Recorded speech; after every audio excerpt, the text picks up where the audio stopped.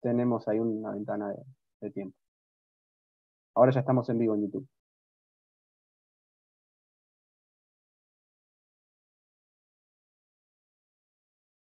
Mejor por ahí si se mutean al arranque para evitar y se van desmuteando en orden de aparición.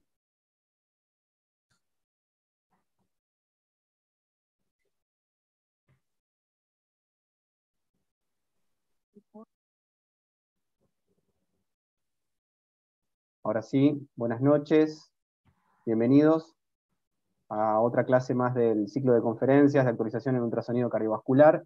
Mientras se van conectando, esperamos un ratito que se vayan conectando al Zoom. Y también bienvenidos a quienes se estén conectando a través de YouTube. Mi nombre es Gustavo Bertinat, soy parte del equipo de ingenieros de la empresa Digimed, parte de este equipo que en colaboración estamos generando este espacio y con la generosidad de los excelentes profesionales que se van sumando a este ciclo y que comparten su conocimiento y su experiencia. Luego habrá una presentación formal a cada uno de ellos, pero bueno, es un privilegio contar con este nivel de disertantes. Aprovecho para comentarles que este curso tiene la certificación de la SAC, de la Sociedad Argentina de Cardiología, así que quienes estén realizando de modo presencial por Zoom, es la forma que nosotros tenemos de saber que lo están viendo. Sé que muchos se conectan y lo ven offline por YouTube. Lamentablemente eso no tenemos forma de chequearlo, entonces es importante que quienes estén interesados en recibir el certificado se conecten al menos a 5 de las 6 clases, que esta es la segunda clase, así que aprovechen la oportunidad e intenten conectarse de modo presencial. Van a ir recibiendo el aviso de cada una de las próximas conferencias, el calendario ya se publicó al principio, pero les va a ir llegando una alerta y un aviso de las próximas clases. Así que, bueno, bienvenidos a todos, muchas gracias por su tiempo, por acercarse. Agradecemos a la SAC por el auspicio, el apoyo. Y Federico, doctor Federico López, si te parece. Gustavo, hola a todos, muchas gracias a todos por participar y adhiero a lo que dice Gustavo en cuanto al agradecimiento a los expositores que nos permiten hacer un curso de alto nivel académico buscando actualización en el ultrasonido cardíaco y vascular. Como dijo Gustavo, va a haber créditos de recertificación para que aquellos que cumplan con el requisito que Gustavo nombró, y es el mismo requisito exactamente para este sorteo que dona este libro, la gente amiga de la editorial. Para nosotros es un libro de referencia, ya lo fue la primera edición.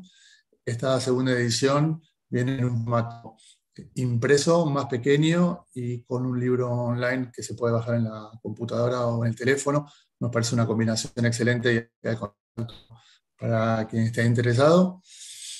Por supuesto que va a haber uno sorteado en la última reunión. Bueno, hoy vamos a hablar sobre actualización en clínica y en diagnóstico de insuficiencia mitral.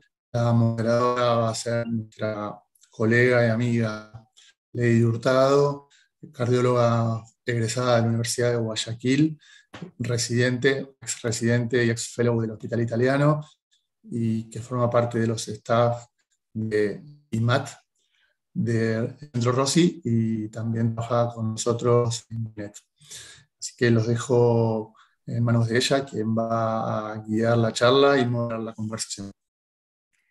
Muchas gracias, Federico. Muy buenas noches a todos. Bueno, vamos a dar inicio al segundo encuentro de ciclo de conferencia de actualizaciones en ultrasonido cardiovascular. Primero vamos a decir lo que es la dinámica. Todos los participantes podrán hacer preguntas en el chat y al finalizar las charlas le vamos a pedir a los expositores que se queden unos minutos más para poder responder cada una de sus preguntas e inquietudes. Bueno, como mencionó Federico, el tema de hoy es actualización en el diagnóstico de valvulopatía mitral, y hoy nos acompañan el doctor Martín Lombardero y el doctor Emilio Montecchio. Para dar inicio a la primera charla, les quiero presentar al doctor Martín Lombardero, que es médico cardiólogo de la Universidad de Buenos Aires, miembro titular de la Sociedad Argentina de Cardiología, jefe de imagen cardíaca de los sanatorios de Trinidad de Palermo, San Isidro y Ramos Mejía. Bueno, doctor Lombardero, es un gusto tenerlo con nosotros, le damos la bienvenida y le agradecemos por acompañarnos en este ciclo de charlas. Muchísimas gracias, Lady, por la presentación y muchas gracias por la invitación. Gracias, Federico, por hacerme partícipe de este proyecto, y lo mismo la gente de Digimed, de la cual tengo una amistad de muchísimos años. Y gracias también a Emilio Montecchio, que es un colega y amigo mío, por la invitación. Bueno, cuando quieran, comenzamos hablando de patología mitral.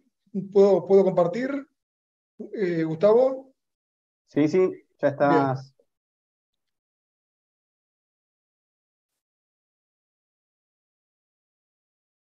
Antes de que largues, aprovecho para que la gente que se conecta por YouTube sepa que también estoy viendo las consultas que escriben en el canal, así que las puedo hacer llegar. Y todas las preguntas las pueden dejar en la sección de preguntas y respuestas, las pueden dejar por escrito ahí. Bien, perfecto. Bueno, Federico, Gustavo, si les parece, arrancamos, que son 5 minutos para que la gente ingrese, ¿está bien? A mí me parece que estamos perfectos para empezar. Listo.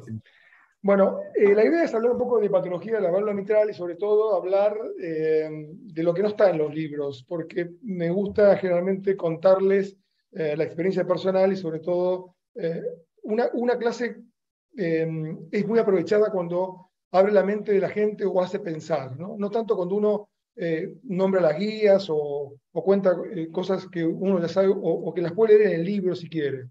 Así que vamos a encarar las cosas de otra manera. Por ejemplo, esto está en todos los libros, así que no voy a contarles mucho, que saber que el aparato mitral no es solamente las valvas, así que tiene que ver con anillo, valvas, comisuras, cuerdas, músculos, pared, sobre todo pared y ventrículo también, que es muy importante, y cualquiera de estos 6 componentes, si no está en su perfecto lugar o tiene alguna alteración, entonces esto no trabaja en forma coordinada y puede haber una insuficiencia mitral.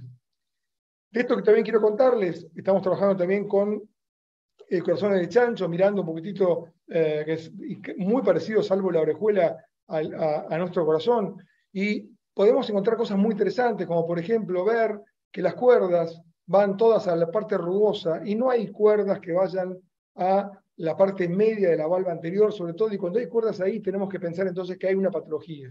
También, fíjense ustedes la morfología de la válvula mitral, con esta parte que tiene esta forma de D, y esta parte que es la parte fibrosa, forma de C, la valva anterior y la valva posterior, que parece hasta rudimentaria cuando uno la ve en preparados anatómicos, y que rodea toda la superficie de la valva anterior. Una valva anterior que es grande en superficie, pero que la inserción es más corta que toda la valva anterior. Esto es muy importante, porque una de las preguntas que uno se hace es ¿por qué tiene esta forma? Nada dentro del corazón, nada dentro de nuestro cuerpo está porque sí. Todo tiene una explicación, todo tiene una explicación inclusive en la evolución de todo esto. Esta válvula tiene esta forma porque hemodinámicamente tiene que tener alguna explicación. Bueno, vamos a intentar contarles esto, si bien no es la charla esta, pero sí. Miren ustedes esta imagen, por ejemplo, donde se ven que las cuerdas van al aparato rugoso y no hay cuerdas que vayan en la parte media, y ambos músculos dan cuerdas a ambas valvas. Esto lo podemos ver inclusive en eco, ¿sí? Hay un mito que no es cierto, que parece como que la bola anterior le da cuerdas al músculo anterolateral. No es así, obviamente. Casi todos lo saben esto. Y se puede ver cuando hacen eco, sobre todo en la vista a 2 cámaras, que estamos viendo la vista intercomisural cuando vemos 2 cámaras. Aquí también se ve, por ejemplo, cómo ambos músculos dan cuerdas a ambas valvas. Aquí lo vemos por eco. Bueno. Vamos rápido, y esta es una imagen fantástica que me encanta mostrarla, que un poco explica lo que estaba contando recién sobre la evolución de la anatomía del corazón. Y es una imagen que no existe ningún otro método que no sea eco transesofágico 3D y sobre todo por supuesto, transesofágico. ¿Por qué? Porque podemos ver mucho mejor con mayor nitidez. Y cuando vemos esta imagen, uno está viendo que hay un hemisferio anterior y un hemisferio posterior. que el hemisferio anterior, o la parte anterior, ocupa 1/3 y el resto, 2/3 de toda la parte posterior. Y que la válvula mitral, que el tracto de entrada de la válvula mitral, el tracto de entrada, que es la válvula mitral, se ubica fundamentalmente entonces mirando hacia todo lo posterior. La valva posterior rodea toda la pared posterior e inclusive la valva anterior está mirando y los músculos están en el hemisferio posterior. Y el anterior no queda nada más que la salida. No puede haber ninguna cuerda, no puede haber absolutamente nada y todo se centra, toda la presión va hacia la parte anterior que es más chica porque maneja una alta presión y el tracto de entrada es más grande, maneja una baja presión. Todo esto tiene que ver con eso. Y tiene que ver con lo que estamos viendo, que es fundamentalmente el aparato fibroso que está aquí. Ahora lo vamos a ver mejor, lo vamos a indagar, porque una de las preguntas que no están en los libros es, ¿existe el anillo mitral? Si yo les muestro para atrás rápidamente y les muestro la primera imagen, todo esto es el aparato fibroso, todo esto es músculo. ¿Cómo puede ser que un anillo tenga 2 componentes? Uno es fijo, no se mueve, es fibroso, y el otro es muscular y se mueve y se contrae.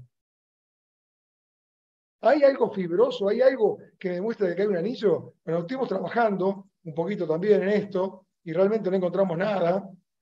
Hemos publicado algo de esto y miren ustedes aquí, bueno, aquí estamos viendo hacia dónde crece el anillo. Nunca crece hacia la parte fibrosa. Aquí vemos los trígonos y todo lo que es la cortina subaórtica, todo esto es fibroso. Y si vamos un poquito más, aquí estamos viendo que el aparato fibroso cruza por aquí entre los 2 tractos. Aquí está la válvula septal tricuspidia, aquí la válvula anterior. Tanto la válvula septal como la válvula anterior están fijas a este anillo y el resto es todo músculo, el resto es todo músculo. Es decir, no es un anillo real. Un anillo tiene que ser algo que en todo el perímetro tenga el mismo tejido y la misma función. En este caso no es así. Y también estuvimos trabajando y vimos que hay una zona de transición entre en el endocardio de la aurícula izquierda y de la válvula posterior, que no hay absolutamente nada visible, macroscópico, tocable, a una fina línea de colágeno nada más, pero ahí donde se contrae, ahí donde se dilata, ahí es donde ocurre todo. En la zona fibrosa no ocurre absolutamente nada. Con lo cual es mejor hablar de una transición que de un anillo real. Esto desde el punto de vista, para contarles un poco lo que no está en los libros. Bien, vamos a hablar ahora entonces de patología mitral, de herramientas de evaluación, insuficiencia mitral, estenosis, endocarditis y de errores de cuantificación. Ustedes saben muy bien, todos hacen eco seguramente lo que están escuchando, qué es lo que les puedo aportar del transtorácico, un montón de cosas, pero sobre todo, miren ustedes el eje corto. ¿Cómo podemos saber qué segmento está involucrado mirando el flujo de convergencia proximal en eje corto? El eje corto no se lo estudia habitualmente, inclusive ni siquiera en las guías, está esto en ningún lado, no se lo estimula. Les puedo asegurar que con entrenamiento van a descubrir un montón de cosas cuando evalúan la insuficiencia mitral en eje corto. Toda la vida hemos tratado de segmentar la válvula anterior y posterior, 1, 2 y 3, de acuerdo a si van desde la comisura externa hacia la parte central, por eco transesofágico 2D, y nos hemos equivocado un montón con esto, años diciendo cosas que realmente no sabés si eran o no, muy difícil, A1, P2, P1, hasta que llegó el transesofágico 3D, el transtorácico 3D, el planeta 3D nos abrió un montón de cosas. Y esto fundamentalmente nos abrió que es la posibilidad de ver directamente con los ojos del cirujano lo que está viendo el cirujano. Miren ustedes esta cuerda rota en valva anterior, exactamente igual a lo que ve el cirujano. En posición anatómica, nos ponemos en la posición de él dentro del quirófano, y es exactamente igual a lo que estamos viendo. Bien, esto nos abrió mucho la cabeza, muchísimo la cabeza. Y parte de toda esta charla tiene que ver no con tener un 3D sí o sí para hacer bien eco, que no es así, porque la madre de las técnicas de imagen cardíaca sigue siendo el 2D, y de ahí sale todo, sino para abrir nuestra cabeza, porque en realidad el corazón está en 3 dimensiones, no está en 2 dimensiones. Y uno siempre lo pensó en 2 dimensiones, lo imaginó en 2 dimensiones porque no había otra cosa. Pero bueno, a partir de aprender a mirar 3D, aprendimos a entender más el 2D. Bueno, en cuanto a lo que es la clasificación por etiología, es obviamente orgánica y funcional, no hace falta que les cuente lo que es orgánico y lo que es funcional. Orgánico es cuando hay una alteración de la estructura, funcional cuando las válvulas son normales y pierde igual. Y en cuanto a las clasificaciones, me gusta más la de Carpentier, porque la de Carpentier nos da una orientación quirúrgica. Bien, entre la enfermedad estructural, orgánica, la que siempre la que manda, la número 1 es la enfermedad degenerativa, la deficiencia fibroelástica a la enfermedad de Barlow, es decir, todo lo que tiene que ver con alteraciones de colágeno, que puede ser muy leve, como esta que vemos acá, que hay una cuerda rota, o puede ser de grado muy severo y casi sin cuerda rota habitualmente, como es la enfermedad de Barlow. Después, en menor proporción, la enfermedad reumática, endocarditis y otras que están en los libros y no vale la pena comentarles ahora. La de Carpentier es una de las clasificaciones más interesantes porque nos orienta hacia la técnica quirúrgica, la estrategia quirúrgica, si puede ir una plástica o no.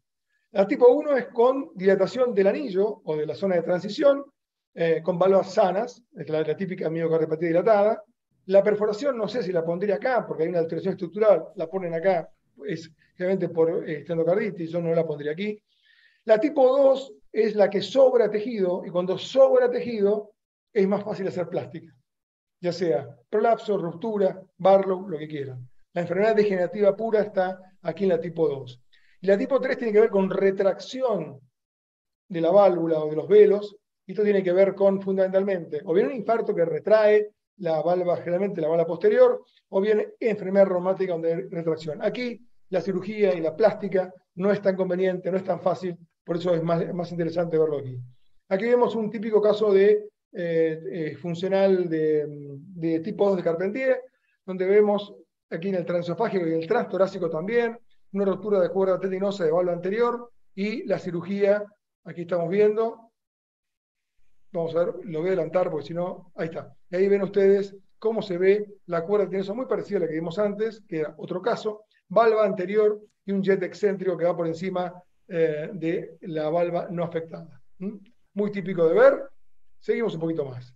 Tipo 3, bueno, tipo 3 entonces dijimos que es con retracción. Este caso es una retracción, miren ustedes la valva posterior, lo poco que se mueve, la valva anterior se mueve bien, y aquí vemos que toda la parte de la zona muscular del anillo posterior deja un agujero, un gap, donde se ve perfectamente bien en 3D. Estas son todas vistas. Siempre que veamos imágenes en 3D, arriba es anterior, abajo es posterior. Así que esto es por convención. Arriba es anterior y abajo es posterior. Bien. Bueno, esto es una típica insuficiencia mitral que podemos llamarla tipo 3 con alteración en la retracción de la valva anterior. Esto es más difícil de hacer plástica mitral. Bien.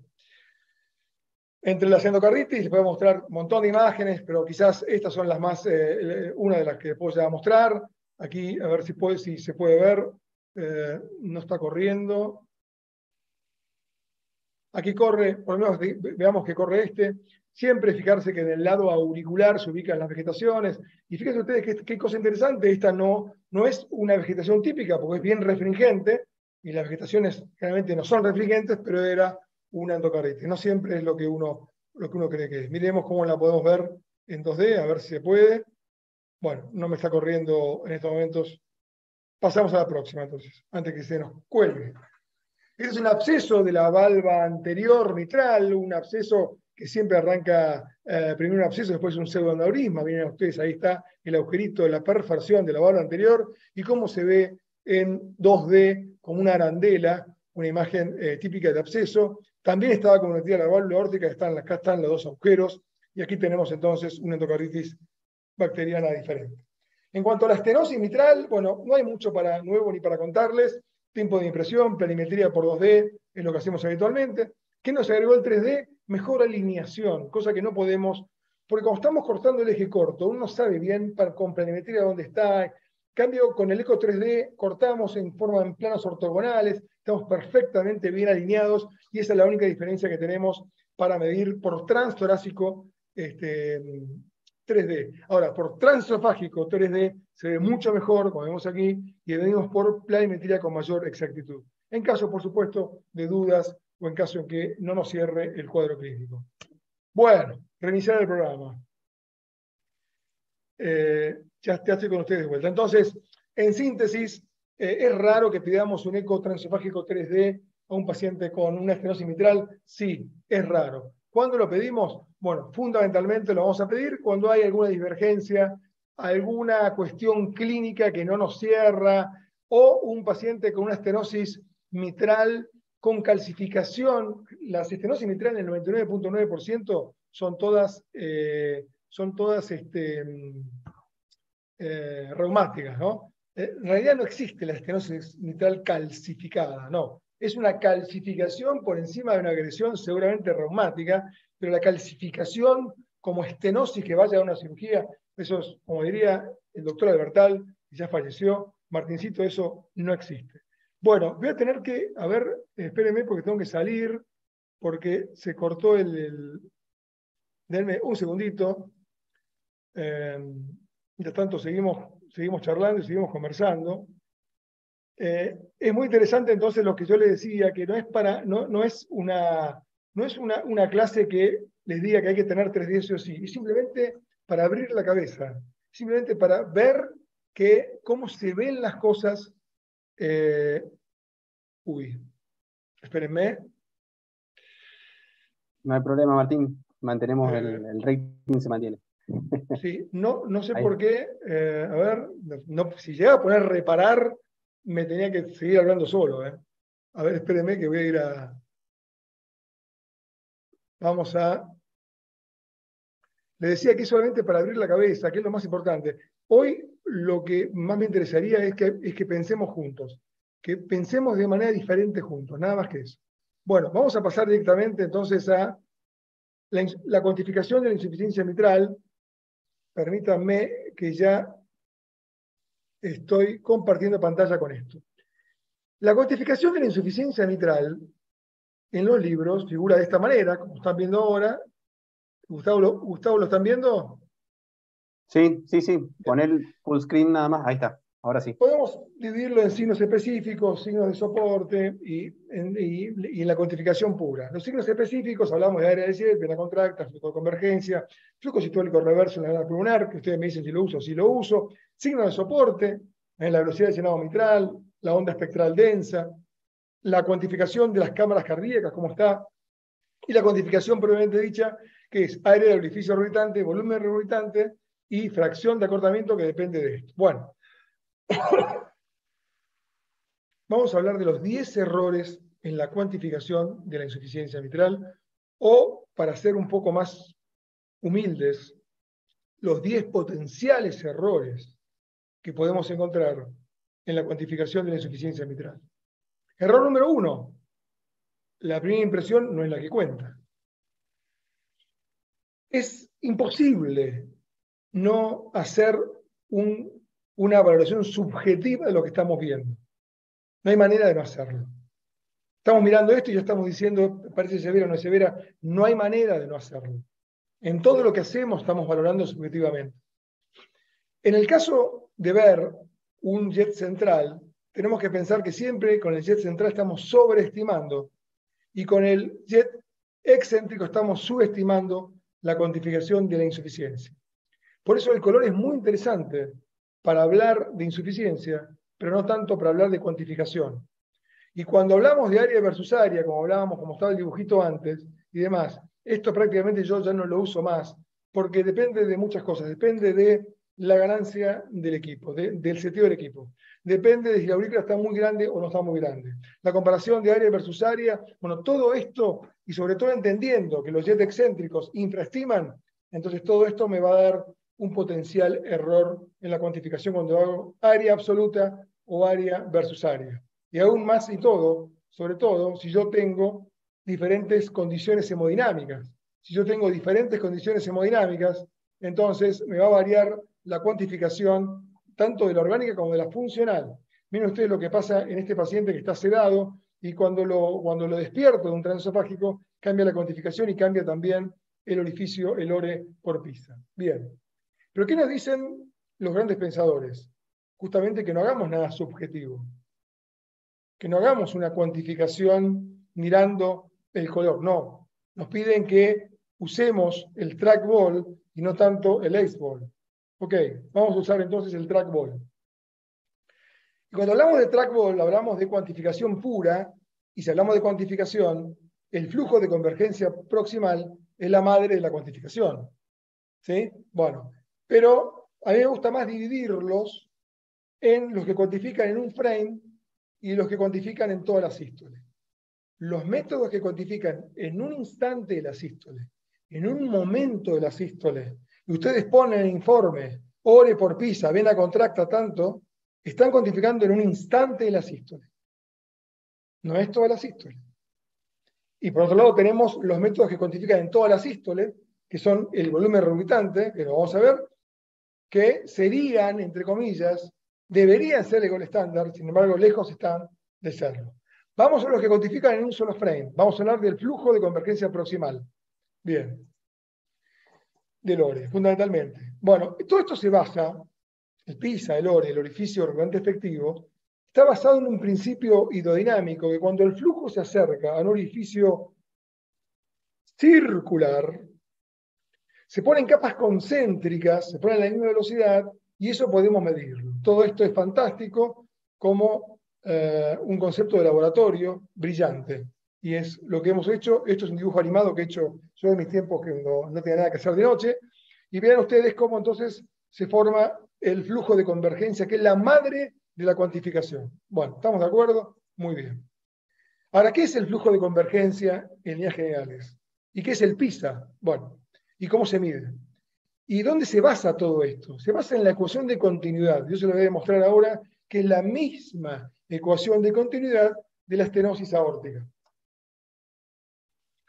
Entonces, a medida que el flujo se acerca a un orificio circular, se coloca en capas concéntricas en una hemisfera, y al bajar yo el límite de Nisquith a 30, por ejemplo, que es lo que hacemos todos, yo puedo ver mejor la hemisfera.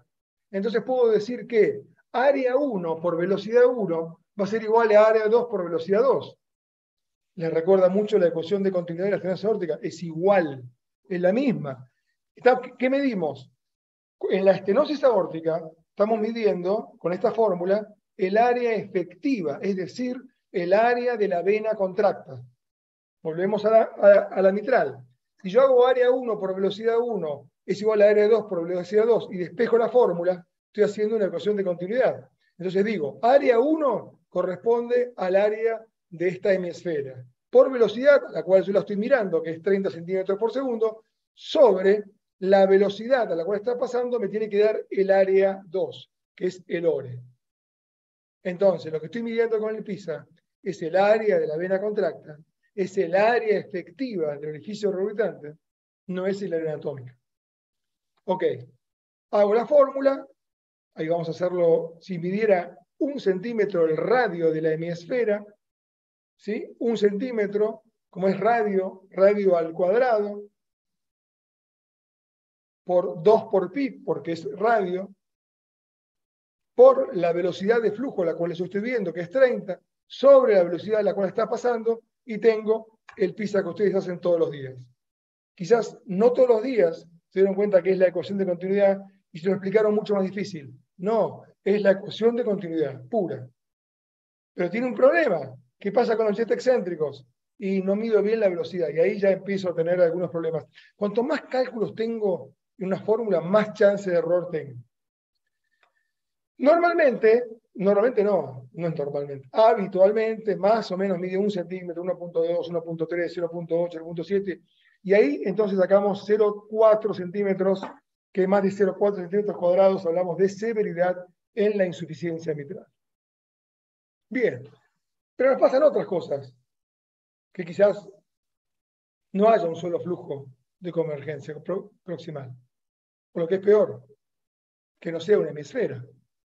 Vamos a ver un poquito más. Y esto es lo que nos aprendimos del ECO 3D. Según el modelo del PISA, todos los orificios reumatantes tienen que ser redondos, porque está basado en una premisa que dice que todo gel que se acerca a un orificio circular se pone en capas concéntricas en una hemisfera, ¿verdad? O sea, me está diciendo que son todos redondos. 2, los flujos de convergencia son hemisferas. 3, existiría un solo ORE, porque en 2D ustedes nunca ponen que hay 2 ORES, ponen uno porque es lo único que vemos. Y pensamos que hay un solo orificio reumatante. Vamos a ver entonces, y después lo otro también, en qué instante lo mido. Bien, error número 2.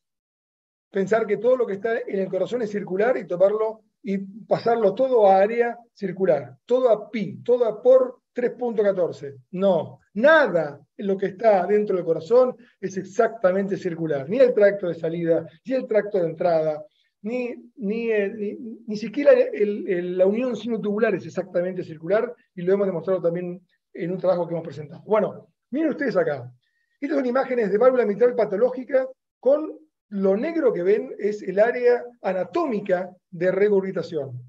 No hay un solo orificio que sea circular.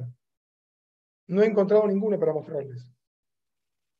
Todos tienen forma anfractuosa, llamen la forma que quieran, pero esto no es circular. O sea que error número 2 es considerar que todo es circular. Nada es circular, por lo tanto lo más probable es que yo esté subestimando la cuantificación por el método PISA, que no quiere decir que no sirva. Digo, estoy subestimando. Acá vemos, por ejemplo, un orificio regurgitante con una grieta, con una ruptura de cuerda tendinosa. Y miren ustedes el área anatómica por color y el área anatómica sin color. Siempre el color sobrevalúa la cuantificación, el color solo. Y aquí estamos viendo realmente cómo es el orificio anatómico de esta insuficiencia mitral gigantesca, como están viendo ustedes acá. Error número 2, pensar que es una hemisfera. Bueno, este es un corte, lo que están viendo es un corte de una hemisfera con eco transesofágico poniendo los planos ortogonales y cortando como hace Resotomo y como hace también eco 3D. Es decir, pongo planos ortogonales y me fijo cómo es por dentro esta hemisfera. Bueno, ustedes si siguen este contorno acá, van a ver que, dista mucho de ser una hemisfera, puede ser un boomerang, no sé si lo están viendo como lo veo yo, pero hasta la señal de Batman puede ser, cualquier cosa, pero no una hemisfera.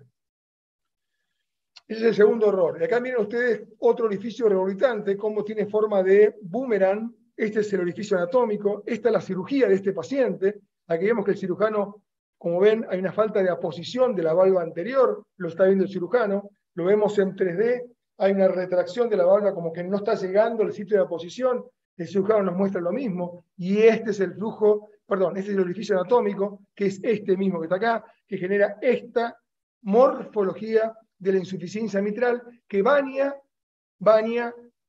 como estamos viendo aquí, la valva posterior. Ahora, ¿cómo se ve desde el lado ventricular? Esto es el lado auricular. Miren los múltiples flujos de convergencia a lo largo de toda la línea intercomisular. ¿Cómo no vamos a subestimar la cuantificación por PISA por 2D? Imposible no cuantificarla. Miren ustedes la línea intercomisural llena de flujos de convergencia que se sinergian y te forman todos un flujo enorme de convergencia proximal. Y lo tercero, o por tanto lo cuarto, es si existiría un solo orificio regurgitante, como hablamos por el método PISA y como está descrito por 2D el método PISA. Bueno, no es así. Miren ustedes este caso de una valva posterior que está rota con una valva anterior relativamente sana, una cuerda tendinosa rota, una típica valva Flail, con insuficiencia mitral excéntrica por encima de la valva anterior. No hay dudas, ¿esto qué es? Esto es una ruptura de cuerda tendinosa. Listo, cerramos el caso y nos vamos. Bueno, perfecto, pero no es así. Miren lo que pasa cuando ponemos el color 3D. Hay una grieta, una indentación entre P3 y P2 en valva posterior que genera un segundo jet con un segundo flujo de convergencia proximal. Esto no lo vemos por 2D.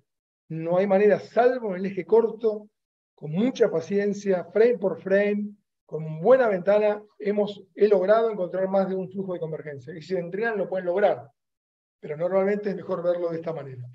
Un jet va por encima de la valva anterior, pero viene excéntrico, y el otro va hacia el centro de la aurícula. Acá están los dos. Y esto se puede medir en forma independiente. O sea, yo puedo decir, un ore mide tanto, el otro ore mide tanto. En este caso es un ore de la vena contracta medido por planimetría, como vemos acá.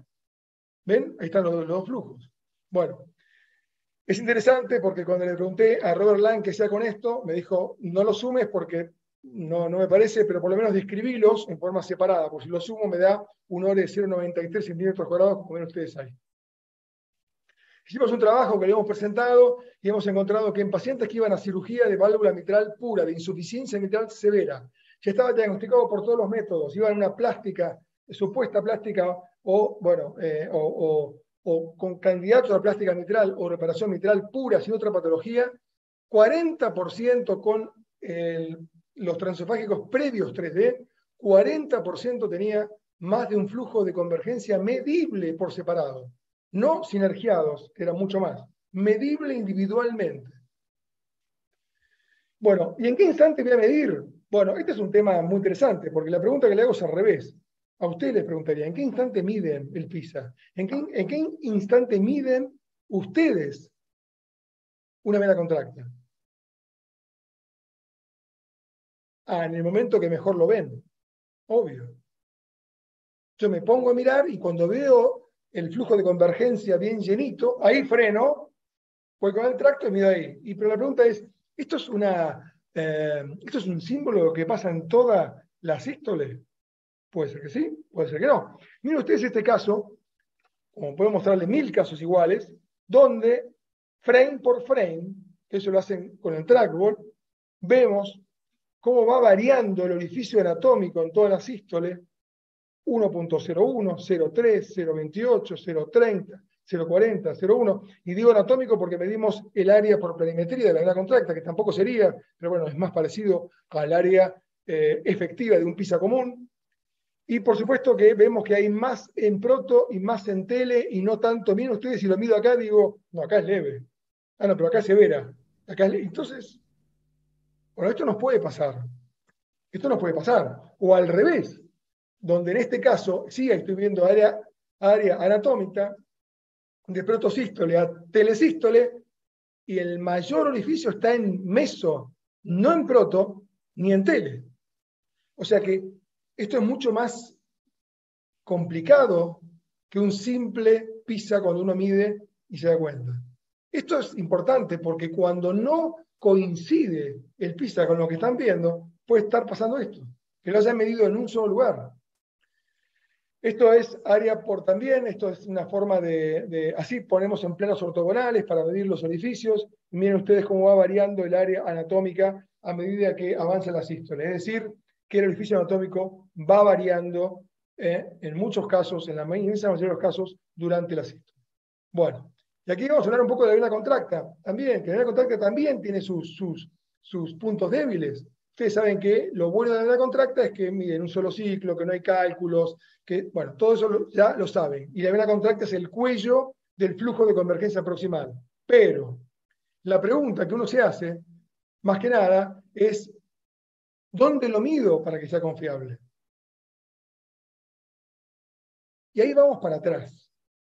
Si yo les digo que ningún orificio es circular, que los orificios son anfractuosos y no tienen forma, la pregunta es, ¿dónde voy a medir la vena contracta para que sea confiable? No tengo un lugar exacto. Depende de dónde corte. Las guías hace muchos años y los libros nos mandaban a pedirla en el plano anteroposterior. Y ahora yo voy a demostrar cómo no hay que medir solo en el plano anteroposterior. Vamos a verlo un poquito mejor. Por ejemplo, este caso, el flujo de convergencia es muy clarito. Sin embargo, la vena contracta va variando en cada frame. El ore y la vena contracta, las dos cosas van variando en cada frame. Lo mismo que vimos antes. Sigamos un poquito más. Y aquí lleguemos a lo que hemos descubierto a partir del 3D. Esto que están viendo ustedes acá es el plano de la válvula mitral. Esta es la parte anterior de lo que sería el anillo. Todo esto es la parte posterior. Valva posterior aquí abajo, valva anterior aquí. Entonces, aquí lo que estamos viendo es anterior y posterior. Ok. Y aquí estoy viendo 2 cámaras y 3 cámaras. Miren cuando yo hago una correlación en cuál es el plano del anillo o del plano de la válvula mitral en 2 cámaras y 3 cámaras. Veamos. Paso una línea verde, plano de 2 cámaras. O sea que cuando ustedes ven 2 cámaras, ven línea intercomisural. Paso plano rojo, ven 3 cámaras. 3 cámaras ven plano anteroposterior. 3 cámaras, ¿qué es? Eje largo y 3 cámaras apical. Plano anteroposterior.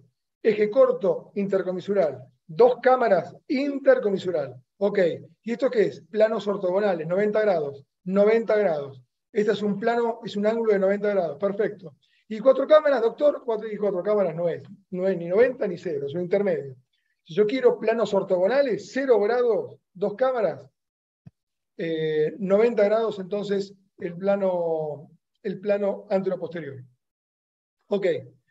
¿Y qué pasa? Y bueno, entonces, en 3 cámaras, si el flujo, si la intercomisura está acá y yo paso un plano anteroposterior, cuando esté midiendo aquí la vena contracta voy a subestimar. Y cuando esté midiendo aquí la vena contracta voy a sobreestimar.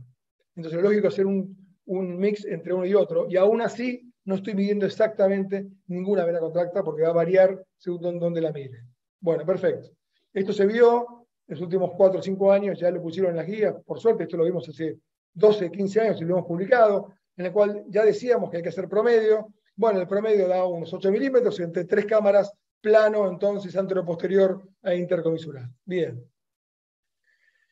Hicimos algunos trabajitos en el cual demostramos que el área de la vena contracta comparado con el versus el PISA por 2D da intraestima por donde la miren, versus 3D, no hace falta contarles, pero esto sí es importante contarles que demostramos que en estos pacientes que iban a cirugía por insuficiencia mitral, los pacientes que dio el método que mejor dio fue el PISA, a pesar de sus falencias.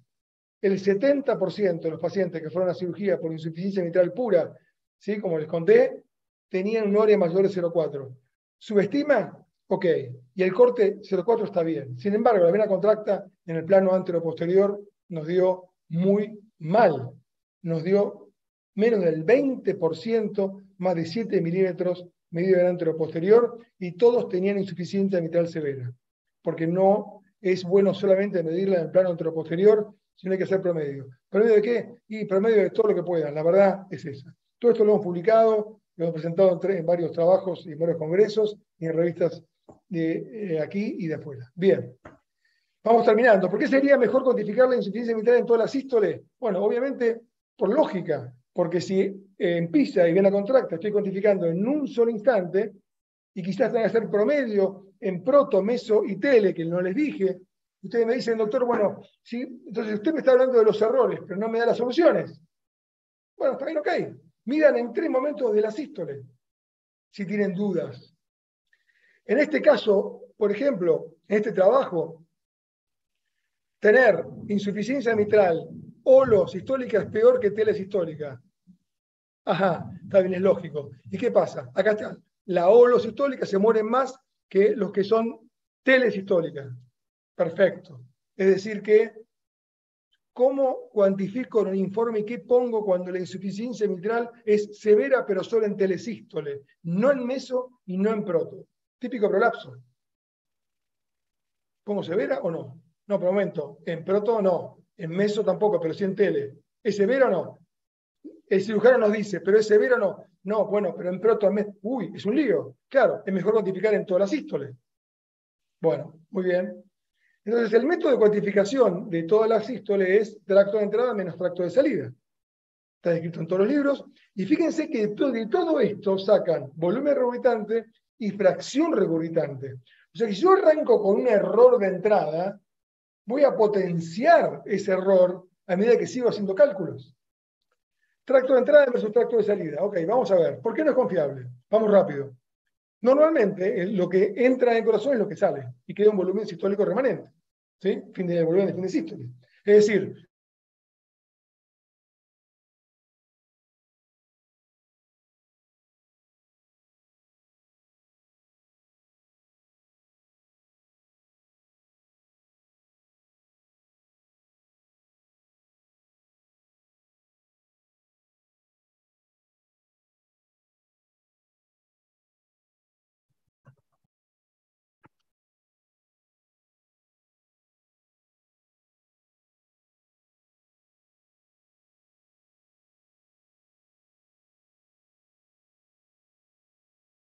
Hola. Sí, creo que se cortó. Pensé que era por ahí mi conexión, porque estamos con tormenta también acá. Así que paciencia un segundito, a ver si Martín tal vez se quedó sin internet o sin luz directamente.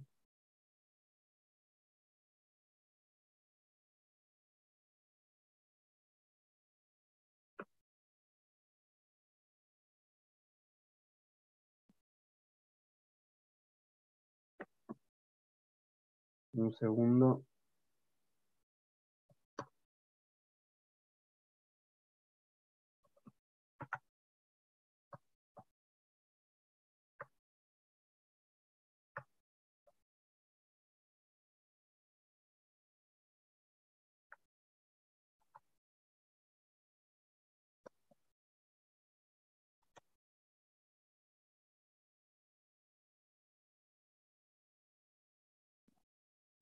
Sí, corte de luz en lo de Martín, así que Lady, no sé si estás conectada a vos y Acá si Emilio estoy. está bien. Entonces, si Emilio está conectado, por ahí podemos seguir porque Martín va a tener un rato y bueno, vemos A si mí puede retomar. me parece lo más prudente. Emilio está disponible, está cambiado, está en el vestuario con los pantalones cortos y los botines para salir. Emi, ¿estás ahí? Sí, Fede, no sé si me escuchan bien, no activé el video justamente por miedo también ante problemas con la conexión.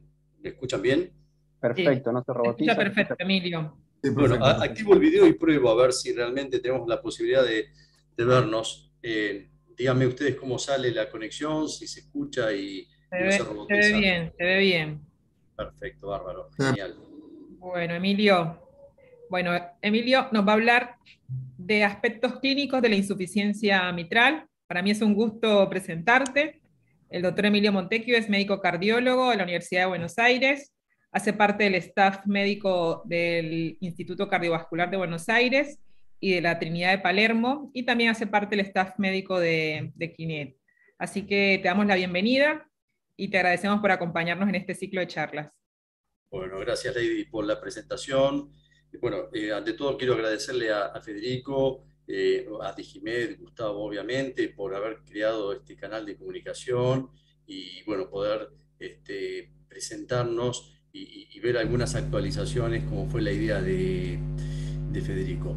¿Puedo compartir pantalla ya, Gustavo? Sí, cuando quieras. Bien, a ver. Te escucha una interferencia en el micrófono, no sé si...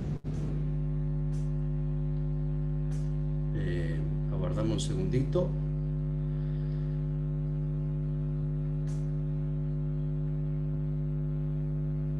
Bien, ¿me escuchan bien? Te escucho con un zumbido de fondo, que no sé... Ahí está. A ver. ¿Y la imagen llega correcta? Perfecto, sí, perfecto. Bueno, bien, vamos a tratar entonces en estos 30 minutos próximos de conceptualizar algunos criterios clínicos, tratando de ser novedoso en el tema. Como dijo Martín, la idea no es dar una clase de valvulopatía mitral, está lejos de todo eso. Y bueno, es ambicioso estos 30 minutos hacerlo, pero vamos a tratar de resumir.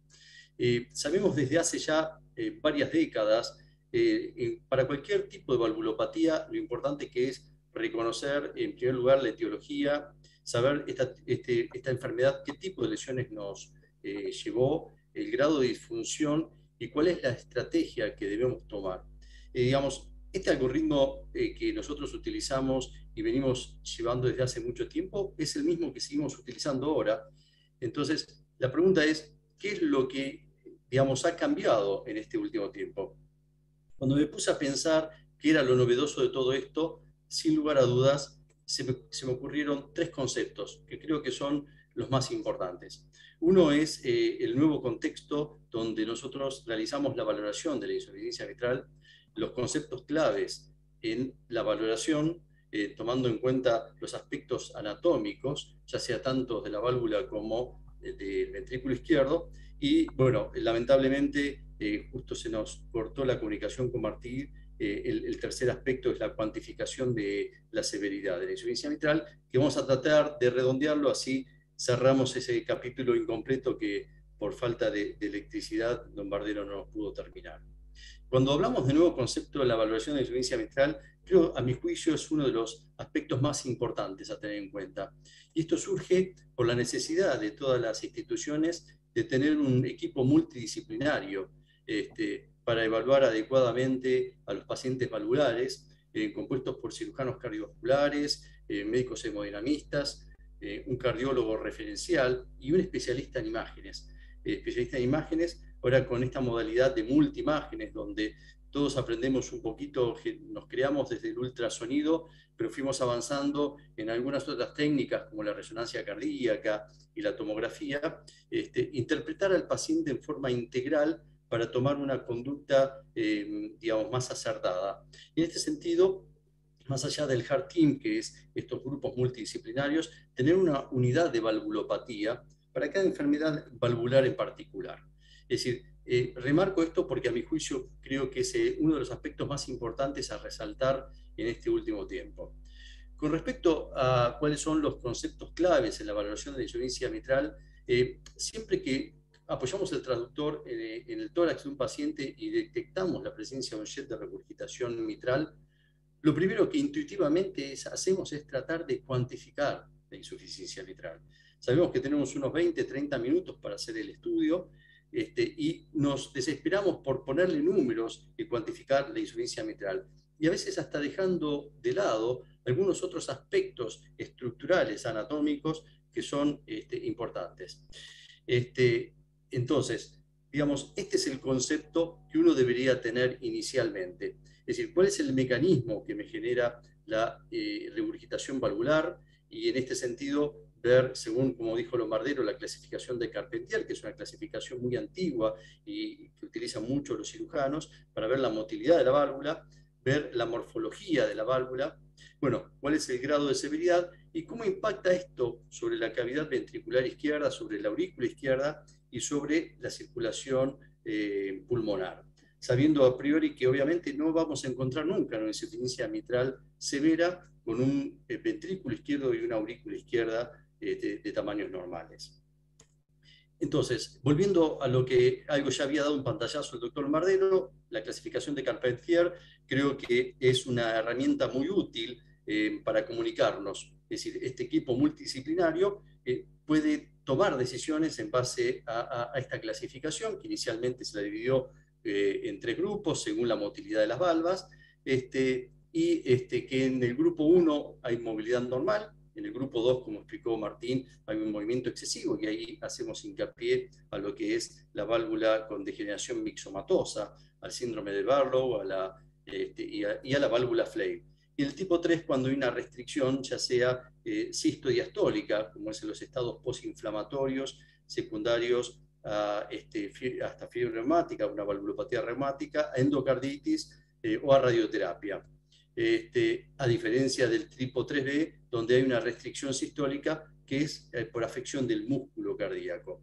Es decir, queda entonces en el centro este grupo definido como, en el recuadro rojo, como valvulopatía orgánica, porque tenemos una afectación primaria de las válvulas, y en los extremos una afectación funcional, donde encontramos válvulas mitrales de aspecto normal, pero donde la distorsión del músculo cardíaco adyacente, el desplazamiento de los músculos papilares, la tracción de las cuerdas tendinosas, genera un gap donde se genera esta insuficiencia mitral.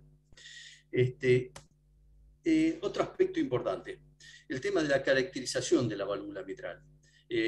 Digamos, inicialmente vamos a diferenciar cómo caracterizar una válvula mitral de una insuficiencia mitral orgánica de una secundaria. Digamos, en la orgánica, siendo la más prevalente, la de mayor incidencia, la enfermedad degenerativa, es importante tener un conocimiento estricto del anillo mitral, ya sea en sus diámetros anteroposterior o medio lateral, si hay o no calcificación del anillo mitral, y el estado de los velos y el aparato subvalvular.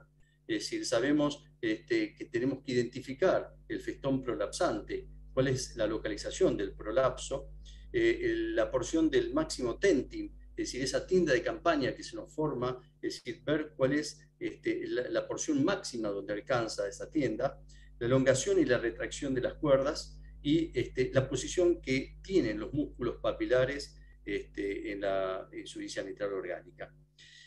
En lo que respecta a la caracterización de la válvula mitral en la insuficiencia mitral funcional, acá también es importante definir área de tentin, la distancia de la tracción de este tethering, la altura de coaptación de ambos velos y la distancia interpapilar. Digamos, ¿qué quiero decir con esto? Más allá de toda la interpretación que uno hace, es importante que nosotros, este equipo multidisciplinario y al médico intervencionista, ya sea el cirujano o el hemodinamista, según cómo vayamos a tratar esa válvula mitral, tengamos todos estos aspectos estudiados. No nos alcanza con definir el grado de severidad de la insuficiencia valvular, si no damos todos detalles de todos estos aspectos valvulares. Obviamente, ¿por qué es útil esto? Porque obviamente sabemos que hay predictores ecocardiográficos de reparación mitral fallida. Así que una insuficiencia mitral orgánica, con un jet central severo, con una dilatación anular mayor a 50 milímetros, con lesión de valva anterior de 3 o más segmentos, una escasez de tejido o una calcificación severa, ya son predictores de falla en la reparación mitral. La insuficiencia mitral la vamos a dejar funcional en un segundo capítulo que nos vamos a dedicar un poquito más de tiempo.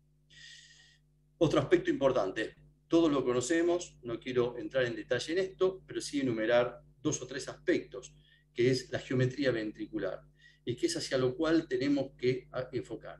Porque en realidad si uno, creo que Martín lo iba a decir al final, pero si uno piensa cuáles son los criterios para definir severidad en la insuficiencia mitral severa, utiliza el PISA, utiliza el ventrículo izquierdo y la aurícula izquierda justamente como predictores para definir grado de severidad. Sabemos que existe un incremento del volumen de fin de diástole, que este gasto cardíaco se mantiene a expensas de una fracción de eyección elevada, se produce un remodelado excéntrico del ventrículo izquierdo, como en todas las valvulopatías por sobrecarga de volumen.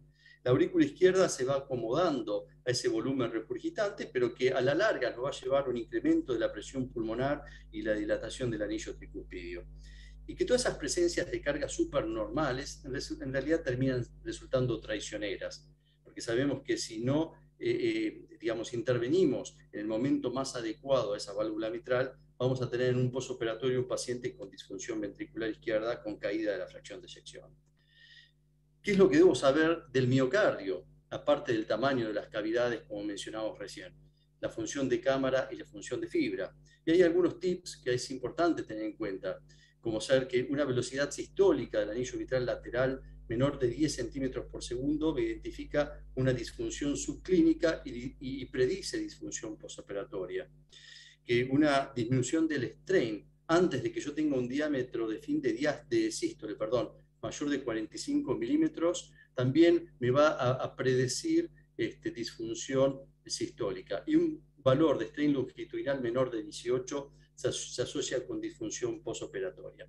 Digamos, es importantísimo que no nos aboquemos cuando veamos el jet regurgitante a medir todas las cosas para ver la severidad, sino que hagamos un análisis completo de todo esto. Bueno, y con respecto a la cuantificación de la severidad mitral, es decir, yo creo que Martín, bueno, nos estaba dando una charla magistral de todo esto. Lamentablemente la tuvimos que perder más de la mitad, pero quiero tal vez remarcar, digamos, cuál es el esquema mental que uno debería tener al momento de abordar una insuficiencia mitral. En primer lugar, un análisis anatómico funcional, que es lo que acabamos de decir, valorar en forma exhaustiva la anatomía de la válvula mitral y aurícula izquierda y ventrículo izquierdo, con lo cual esto nos va a permitir establecer mecanismo y etiología, utilizar todos los métodos, es decir, la valvulopatía mitral es una valvulopatía muy compleja porque el aparato subvalvular tiene muchísima complejidad y uno debe recurrir a todos los métodos para la valoración. En aquellos estados intermedios y donde existe la factibilidad de hacer PISA, obviamente utilizar esto como un método cuantitativo y teniendo en cuenta que tanto el volumen regurgitante como el orificio regurgitante tiene un mismo punto de corte para todas las insuficiencias mitrales, ya sean orgánicas o funcionales. Y obviamente, si bien, como decía Martín, la madre para diagnóstico de insuficiencia mitral es el ECO 2D, si tenemos la disponibilidad de tener ecografía tridimensional y hacer una medición del área de la vena contracta, sabiendo, como él nos explicaba, que el área de isoconvergencia no es esférica, nos va a aportar muchísima, muchísima información. No vamos a hablar e entrar en lo que es, en qué momento es el momento adecuado de la intervención de insuficiencia mitral primaria. Ya todos conocemos las guías europeas y americanas y sabemos que los pacientes sintomáticos con una fracción de eyección menor del 60%, con un diámetro de fin de sístole mayor a 40, o pacientes que presentan una arritmia de novo, una fibrilación auricular, hipertensión pulmonar mayor de 50 milímetros de mercurio, el uso en los pacientes asintomáticos del dosaje de BNP para lograr diferenciar signos de disfunción ventricular izquierdo, el uso de test funcionales como el consumo de oxígeno, el ecoestrés, nos van a ser de mucha utilidad para definir en cuál es el momento oportuno de intervenir la válvula mitral. Sabemos que las válvulas mitrales mixomatosas, degenerativas, tratamos en forma, digamos, prioritaria de repararlas en la medida que podamos para preservar todo el aparato subvalvular. Sabemos que los estados postinflamatorios, ya sea reumáticos o por endocarditis o radioterapia, la técnica de elección es la cirugía de reemplazo. Y la pregunta es, que es ahora donde quiero tomarme estos últimos minutos para charlar con ustedes, ¿qué pasa con la insuficiencia mitral funcional? La insuficiencia mitral funcional, obviamente, como hemos definido, es una insuficiencia donde la afectación no estaba propiamente en las valvas, sino en todo el contexto del músculo cardíaco y el aparato subvalvular. Y sabemos que a medida que van pasando los años, hay un incremento de la insuficiencia mitral funcional a expensas de una disminución de lo que es la patología orgánica mitral. Y vemos que a partir de los 55 años, de la quinta década, la prevalencia es mucho más manifiesta. Si tenemos en cuenta que, digamos, en los últimos años que fueron censados, la población mayor del 65% se incrementó en un 50%. Y si vemos cómo se evalúa este gráfico, que la población digamos, mayor se va a ir incrementando a lo largo de los años, y esto además se va acompañado con un incremento de la expectativa de vida, empezamos a pensar obviamente que esta patología, esta insuficiencia mitral secundaria, la vamos a ver con muchísima más frecuencia de lo que creemos. Tenemos en cuenta además que la prevalencia de insuficiencia cardíaca se empieza a incrementar a partir de la quinta década y se va duplicando con cada década hasta llegar a constituir un 10% de los mayores de 75 años. Con más razón aún pensamos que la insuficiencia mitral secundaria va a tomar un rol protagónico. Y sabemos que la insuficiencia mitral significativa secundaria acompaña a un tercio y a algunas series hasta el 50% de los casos, con lo cual esto va a llevar a mayor progresión y mayor deterioro. Del mismo modo, la insuficiencia mitral secundaria, ya sea de origen ventricular como auricular, tiene una incidencia elevada de internación por insuficiencia cardíaca, como así también una reducción en la sobrevida. Y, digamos, todo esto en los últimos tiempos nos llevó a plantearnos qué hacer con estas valvulopatías. Porque sabemos, y esto está muy documentado, que si al paciente no lo vamos a intervenir por otra razón que no sea el problema valvular, por ejemplo, estos pacientes, muchos de estos pacientes son pacientes con cardiopatía isquémica, que han sobrevivido al evento, que le ha quedado algún grado de disfunción, ya sea global, del ventrículo izquierdo o segmentarios, por ejemplo, con infartos de la cara inferior lateral del músculo cardíaco, y sabemos que si a esos pacientes no los vamos a someter a una intervención quirúrgica de revascularización, hacer un reemplazo valvular o hacer una neuroplastia no resultó efectiva, con una alta recurrencia de insuficiencia mitral. Y sin lugar a dudas, es decir, en todo este último tiempo ha crecido el tratamiento con antagonistas neurohumorales y, en caso de ser necesario, con la terapia de resincronización, que sí han demostrado reducir el volumen ventricular y la severidad. Pero la pregunta que nos hacemos es, ¿la insuficiencia mitral en estos casos es una enfermedad dependiente solamente del ventrículo izquierdo, o podemos identificar distintos tipos de pacientes que se puedan beneficiar con alguna intervención sobre la válvula mitral? Y acá es donde surge en estos últimos años el MitraClip, ¿no? MitraClip, como ya sabemos, es un dispositivo percutáneo que lo que nos permite es mejorar la coaptación de las valvas, restringir la dilatación del anillo, y eso nos genera un efecto rienda para mantener esa geometría ventricular que sabemos que, de no modificarla, nos va a llevar inexorablemente a la disfunción global y a un círculo vicioso con mayor dilatación, mayor tracción del aparato subvalvular, mayor sobrecarga y mayor insuficiencia. Y justamente el MitraClip está diseñado para evitar esta progresión. Sabemos de todos modos que todos los pacientes con estas características deben ser tratados con tratamiento farmacológico. No es que solamente el MitraClip es la solución. inhibidores de la ECA, inhibidores del ARA, beta bloqueantes, los inhibidores mineralocorticoides, ahora actualmente los inhibidores de la SGLT2, han demostrado ser muy útiles en el manejo de estos pacientes. Y obviamente el tratamiento de la sobrecarga con diuréticos, en el caso eventualmente de necesidad de resincronización, un resincronizador, pero fíjense que en las guías ya aparece directamente el tratamiento percutáneo de la insuficiencia mitral como una opción para acompañar este tratamiento médico óptimo. Existen dos grandes trials, que todos los conocemos, y que ha generado mucho ruido inicialmente. Estos estudios son el MITRA-FR y el COAP, que inicialmente nos dieron resultados completamente diferentes.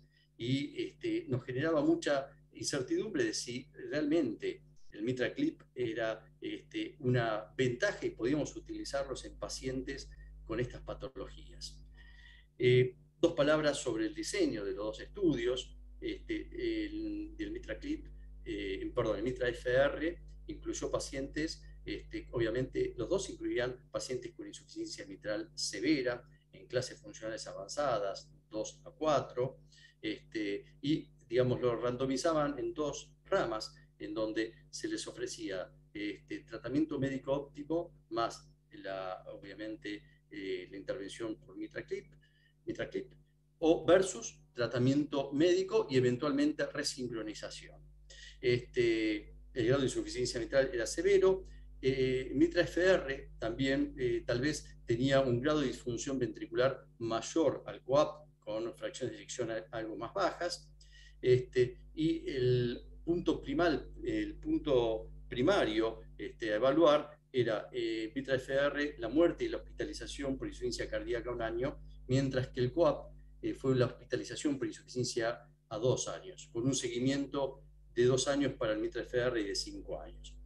¿Por qué muestro esto? Porque creo que el diseño de ambos estudios de alguna manera nos empiezan a mostrar por qué en algunos resultados puede ser favorecedor colocar este dispositivo y no. El COAP Trial sabemos que, digamos, mejoró sustancialmente la tasa de hospitalización por insuficiencia cardíaca cuando comparamos con el grupo control. La curva se separa rápidamente a lo largo del tiempo, como así también la disminución de la causa de mortalidad, de cualquier causa de mortalidad. A diferencia del MITRA-FR, donde las curvas prácticamente nunca se separan, permanecen siempre igual. Entonces, inicialmente nos preguntábamos, ¿esto qué correspondió? ¿A un problema de técnica? Digamos, había algunos grupos más capacitados que otros para insertar este dispositivo, o estábamos analizando diferentes grupos. Entonces fuimos a buscar cuáles eran las diferencias que tenían uno y otro estudio. Veamos que el MITRA-FR tenía un orificio regurgitante más chico, con un volumen regurgitante menor, a diferencia del COAP, que tenía mayor insuficiencia mitral, que los volúmenes ventriculares eran mayores en el MITRA-FR, a diferencia del COAP. Tratamiento médico prácticamente no hubo diferencias. Tal vez si uno quisiera mencionar alguna diferencia es que el MITRA-FR el tratamiento óptimo estaba diseñado por cada médico referente en particular, en cambio en el COAP hubo un comité donde se llegó a instalar, digamos, un esquema terapéutico a dosis máxima y estuvo controlado, digamos, por este comité. Vemos que el grado de complicaciones en el MITRA-FR fue mayor que en el COAP, y con respecto a la selección y seguimiento hicimos recién mención. Entonces, empezamos a encontrar que ya hay algunas diferencias entre un grupo y otro evaluado. Llevado esto a un gráfico, vemos que el COAP, entonces, discúlpeme, este es un problema, ahí está.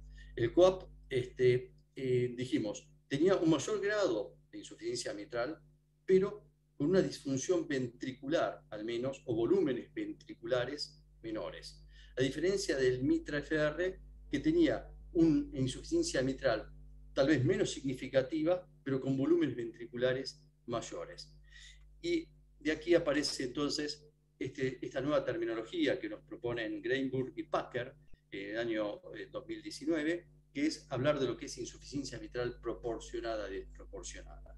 Es decir, hacemos referencia a la insuficiencia mitral proporcionada como aquella insuficiencia mitral que está explicada por ese incremento, esa distorsión del volumen ventricular izquierdo, y aquella insuficiencia mitral que no está directamente vinculada con el compromiso ventricular izquierdo. Y esto es importante de entender, porque esto nos permite entender realmente que el CUAP y el MITRA-FR no dieron resultados diferentes, sino que estamos evaluando poblaciones diferentes. Es así que el grupo de expertos nos dicen que para, digamos, el tratamiento, para que el MITRA-CLIP, tenga un resultado óptimo, uno debe seleccionar a los pacientes adecuadamente. ¿Y cuál es la población más adecuada justamente para esto? Pacientes de menor edad, pacientes con una fracción de eyección mayor del 20%, un ventrículo derecho con función normal, con una insuficiencia tricuspidia no tan significativa, con una presión pulmonar menor a 50, y estos pacientes sin lugar a dudas se van a ver favorecidos con el uso de MITRA-CLIP. Algunos grupos también han tratado de indexarlo esto, decir, bueno, a ver, pongamos un número, un valor de corte, un índice que me permita a mí definir rápidamente cuál es aquel paciente que tiene esta, entre comillas, insuficiencia mitral proporcionada y desproporcionada. Y entonces el grupo de Namasi estudió a 379 pacientes y dividió en dos grupos, aquellos que tenían un índice, un radio, donde ubicaban el volumen regurgitante sobre el volumen de fin de diástole, que era mayor al 20%, obviamente eran pacientes con mayor insuficiencia mitral y menor compromiso miocárdico, y otro grupo donde el volumen regurgitante en relación al volumen de fin de diástole era menor al 20%, y evaluaron mortalidad global. Y vieron prácticamente que aquellos pacientes que habían sido tratados con MITRA-CLIP y tenían este índice, este volumen regurgitante y esta relación con el volumen de fin de diástole mayor al 20%, tenían una evolución mucho más favorable cuando estaban tratados con este dispositivo, a diferencia de este grupo que no se vio favorecido y sí tal vez con tratamiento médico se lograron mejores objetivos. En conclusión de lo que es insuficiencia mitral secundaria, no sé cómo estamos de tiempo, pero bueno, quiero ir cerrando al menos este aspecto. Reconocer que la insuficiencia mitral secundaria representa un grupo heterogéneo y es importante que nosotros identifiquemos al paciente para ver en qué posición podemos ponerlo para qué terapéutica optar. Que el CUAP y el MITRA-FR no fueron estudios contradictorios, sino que todo lo contrario, nos sirvieron para diferenciar a aquellos los cuales iban a favorecerse en la colocación de este dispositivo. Incorporar esta terminología que creo que no la tenemos muy vinculada, que es lo que es la insuficiencia mitral proporcionada y la desproporcionada en relación a los volúmenes ventriculares, y utilizar el MITRA-CLIP en poblaciones bien definidas. Me voy a tomar últimos 5 minutitos, creo que podemos llegar con el tiempo, para hablar de unas palabras y ver qué avances hemos encontrado con respecto a la válvula, al prolapso de válvula mitral en las últimas décadas. No vamos a definir prolapso, sabemos que el prolapso de válvula mitral se hace en un 3 cámaras, se hace por eco bidimensional, y cuando la distancia es mayor o a 2 milímetros, estamos hablando de prolapso valvular mitral, de una o de las dos valvas, ¿no? Antiguamente una prevalencia altísima, después ajustamos criterios diagnósticos y la prevalencia actual es de un 2,4%. Sabemos también que hay una causa degenerativa del tejido valvular mitral, una degeneración mixomatosa por acumulación de polisacáridos, disminución del colágeno, incremento del agua y los glicosaminoglicanos, que van haciendo que este tejido sea más laxo y permita prolapsar. ¿Y cuáles son los avances en este último siglo del prolapso de válvula mitral? Creo que lo más importante es esto: remarcar las bases genéticas, la imagen del ventrículo izquierdo, hablar su vínculo con las arritmias y lo que se ha definido a partir de algunas publicaciones de Enrique Sarano de lo que es el prolapso arritmogénico, y eventualmente el tratamiento a través de estas últimas utilizaciones de MITRA-CLIP. Con respecto al componente genético, no hay dudas que hay un componente heredofamiliar, así que es importante que cuando identifiquemos a un paciente con prolapso valvular mitral, extendamos toda la evaluación al resto del grupo familiar. Porque hay un componente vinculado al cromosoma 16, 11 y 13, y hay una herencia familiar muy importante. Como así también puede verse en casos esporádicos, aislados, ya sean pacientes con trastornos del tejido conectivo o en pacientes con algunas otras anomalías congénitas, como la anomalía de Einstein, osteo segundo o la hipertrofia, la cardiomiopatía hipertrófica, perdón.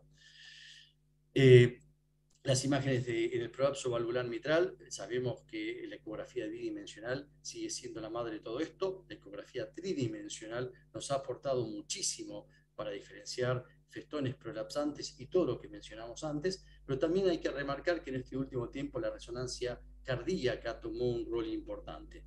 ¿Por qué? El rol de la resonancia, si bien sabemos también, y las guías nos dicen, la utilidad de la resonancia no es lo mismo para la insuficiencia aórtica, para la insuficiencia mitral, pero para lo que es definir volúmenes y función ventricular, para caracterizar la válvula de la misma manera que mostramos en los slides anteriores, para valorar el volumen regurgitante a través del CineFlow, para valorar áreas de fibrosis. Esto creo que es el punto más clave de la resonancia, que sabemos que predominantemente la fibrosis se da en la porción inferolateral basal, que puede dar áreas de fibrosis focales y difusas. Y para definir otro aspecto, que es lo que se llama disfunción o disyunción mitral anular, que es la distancia que uno encuentra entre el músculo del miocardio y la valva mitral, es fundamental. ¿Y por qué es fundamental justamente estos aspectos? El área de fibrosis, definir la disyunción mitral, justamente porque hoy en día reconocemos, más allá de lo que sabemos sobre el comportamiento benigno habitual del prolapso valvular mitral, que hay un comportamiento que no es tan benigno y que es lo que se ha llamado prolapso valvular mitral maligno o arritmogénico, que está asociado fuertemente con la presencia de arritmias ventriculares complejas y muerte súbita. He experimentado un caso de una paciente de 35 años con insuficiencia mitral moderada, ni siquiera severa, el seguimiento por un colega. Perdón, Emilio. Sí. Te voy a pedir que, por favor, respetando tus tiempos, vayas redondeando la idea. Es que Martín, que ya recuperó señal, pueda terminar también su charla. Dale, gracias. Y perdón, ya Emilio. termino en 2 minutos. Es identificar este grupo. Y en este sentido hay publicaciones donde nos dicen que los pacientes con prolapso bivalvar, sexo femenino y extrasistolia ventricular frecuente son pacientes donde tenemos que empezar a abrir los ojos para estudiarlos, no solamente con ultrasonido, sino con resonancia justamente para ver si existen estas áreas de fibrosis, la disyunción mitral. ¿Y cuál es la hipótesis de por qué sucede esto? Justamente, toda esta tracción que promueve el aparato subvalvular, cuerdas más cortas, con mayor tracción, produce un área de fibrosis a nivel del músculo cardíaco que promueve esta arritmogenicidad. Concluyendo, así vamos a dejarle el último espacio a Martín, que recuperó la conexión. Sabemos entonces que hay una fuerte asociación del prolapso valvular mitral con la genética, la utilidad de la resonancia cardíaca en jerarquizar prolapsos de comportamiento más agresivos de los habituales, y que hay una relación estrecha entre la fibrosis y esta nueva entidad del prolapso valvular mitral que definimos como maligno o arritmogénico. Quedan muchas cosas, creo, para evaluar a futuro, pero bueno, cierro aquí mi charla, así puede Martín terminar con la succión. Gracias, Emilio. Excelente presentación. Llegaron, de hecho, agradecimientos de cardiólogos clínicos que valoran el aporte. A ver, estoy tratando de salir, disculpen. Stop, arriba de un cartelito en rojo. Ahí está. Agradecemos a todos los que se mantienen conectados, pero sepan entender que está pasando una tormenta arriba de Capital en este momento y por eso surgieron problemas en todos los frentes. Emilio, que era que tenía peor conexión, al final pudo hacer toda la charla completa. Así que, Martín. Sí, estoy acá. ¿Me escuchan? Perfecto. Bien. Bueno, Emilio, cuando volvió a internet te estaba escuchando y la verdad que toda la clase mía sin tu complemento es como renga, ¿no? Es fantástico toda la parte clínica y cómo lo encaraste. Bueno, vamos entonces a terminar la charla esta que nos queda muy poco y estábamos hablando fundamentalmente de por qué no es confiable el volumen rehabilitante por eco, porque nunca le creí mucho y ahora menos después de mostrarle esto, entendiendo que, como sabemos, para medir el volumen rehabilitante tenemos que saber el volumen del tracto de entrada menos el volumen del tracto de salida. Ok, para eso tenemos que medir los anillos supuestos, que no existen, pero vamos a poner anillo, que es el anillo aórtico, que tampoco existe, y el mitral, y eso multiplicarlo por la integral de flujo. Ok. Normalmente esto nos tiene que dar 0. Si no nos da 0 en corazón normal, es porque está mal hecho. Hay algo que está mal, alguna medición está mal. O medimos mal el anillo mitral, o medimos mal el anillo aórtico, el tracto de salida, o medimos mal el integral de flujo. Algo está mal. En un corazón normal nos tiene que dar 0. Bueno, ok. Entonces, ¿qué es lo que hicimos? Bueno, lo que yo hice fue, fundamentalmente, esta es una de las cositas para mostrarles que estamos siempre asumiendo que todo es redondo, entonces al medir un diámetro del anillo lo asumimos redondo. Ok, circular. Y por planimetría también lo subimos no redondo, pero sí podemos medir en forma oval, pero tampoco es así, porque en el fondo, como todos saben, el anillo mitral tiene forma de montar con altura. Entonces no va ni un método, planimetría directa, ni tampoco va a medir un diámetro y transformarlo en un círculo.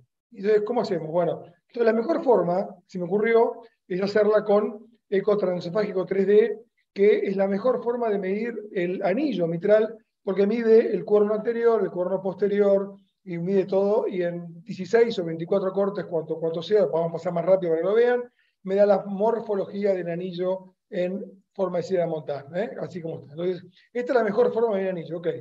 Si yo tengo la mejor forma de medir el anillo, lo comparo con el anillo por transtorácico y como ven, hay una infraestimación del supuesto anillo mitral por 2D versus el 3D.